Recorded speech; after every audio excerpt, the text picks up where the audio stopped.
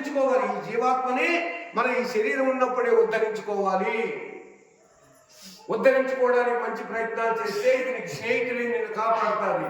ఒకవేళ అజాగ్రత్త చేసి నాకేటి అన్నట్టుగా ప్రవర్తిస్తే ఈ జీవాత్మకి ఆ మనసు అదే నిన్ను నానా ఇబ్బందులు దుఃఖాలు పోచేస్తారు. అది నీ చేతుల్లో ఉంది. అది ఎలా నీకు వస్తుంది? గురువుల ఆశీస్సులు ఉండాలి, పెద్దల ఆశీస్సులు ఉండాలి. నీకు ఆత్మబలం ఎప్పుడు వస్తుంది? విజయం అంటే సంతృప్తి. సంతృప్తి ఆత్మానంద ఆనందం ఎలాగొస్తుంది? జ్ఞానం ఉన్నవాడికే వస్తుంది. జ్ఞానం ఎలాగా ఎప్పుడు వస్తుంది? ఎవరికి ఉంటుంది? ఆత్మబలం. జ్ఞానం వల్ల ఆత్మబలం ఉంటుంది, ఆత్మవిశ్వాసం ఉంటుంది. ఆత్మీయులు బంధువులు ఆత్మీయులందరూ మనకు సహకరిస్తారు. అటువంటిది ఉండేటప్పుడు మనం ఏదైనా సాధించగలం కదా. ఈ రోజుల్లో ఆత్మీయత ఏది? ఆత్మబలం ఏది? ఆత్మగౌరవం ఏది?